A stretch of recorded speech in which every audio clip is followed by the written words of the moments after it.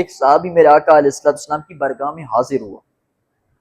وہ حاضر ہو کر نا عرض کرتا ہے یا رسول اللہ صلی اللہ علیہ وسلم میں اللہ کو راضی کرنا چاہتا ہوں. جہاد کا موقع تھا. اس نے عرض کی یا رسول اللہ صلی اللہ علیہ وسلم میں اللہ کی رضا کو راضی کرنے کے لیے جہاد میں آنا چاہتا ہوں, آپ کے ساتھ جہاد میں شرکت کرنا چاہتا ہوں, لیکن ایک بات اللہ صلی اللہ علیہ وسلم لیکن ایک وجہ ہے, میں تو آپ کے ساتھ جہاد میں آنا چاہتا ہوں لیکن میرے والدین میرے لیے پیچھے رو رہے ہیں. کہ یا رسول اللہ صلی اللہ علیہ وسلم میں آپ کے ساتھ جہاد میں آنا چاہتا ہوں لیکن میرے لیے میرے والدین رو رہے ہیں. تو میرے آقا مولا صلی اللہ علیہ وسلم نے اس کو کیا خوب جواب دیا. آمنہ کے لال فرماتے ہیں اے فلاں شخص تو واپس چلا جا, تیرا جہاد تو تیرے گھر میں پڑا ہے.